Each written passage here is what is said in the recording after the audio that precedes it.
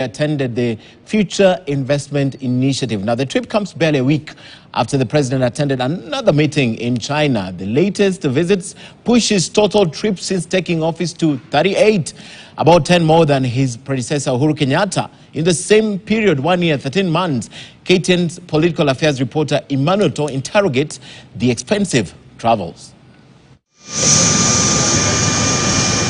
When he took over as the 5th president of Kenya, President William Ruto only stayed in the country for 5 days before embarking on his maiden trip out of the country to attend the state funeral of Queen Elizabeth II in London, England.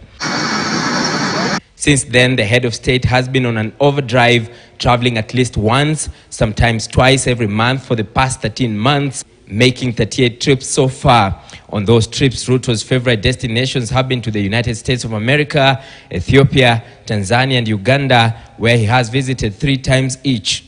Ruto spent 10 days in the US from the 15th to the 25th of September this year, when he attended the 78th session of the United Nations General Assembly in New York, United States. Ruto was also out of the country a record 4 times in May this year.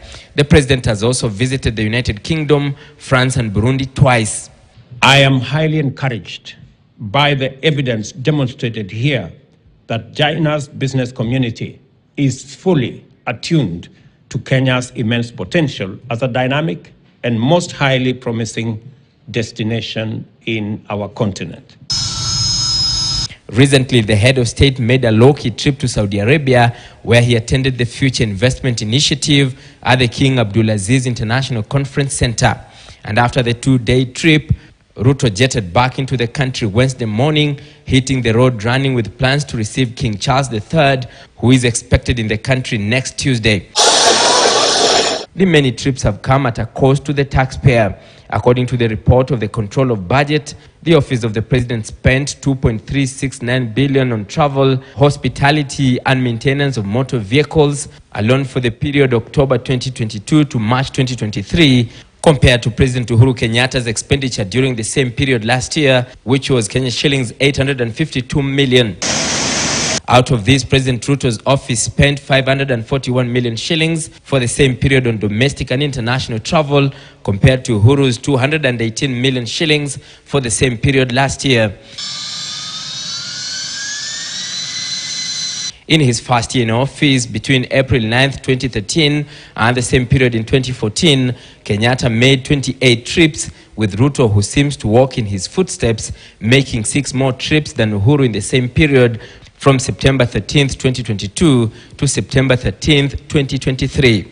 During his 10-year tenure, retired President the late Emilio Mwai Kibaki made a paltry 33 foreign trips, making him one of the least traveled presidents in Kenya. Although the head of state has not defended his trips, his deputy, who is currently in Belgium, said the trips have more value than the costing card.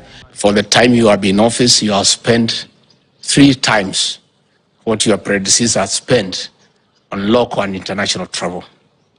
But these people are not honest enough and objective to also outline the level of activities that you have carried out in that period.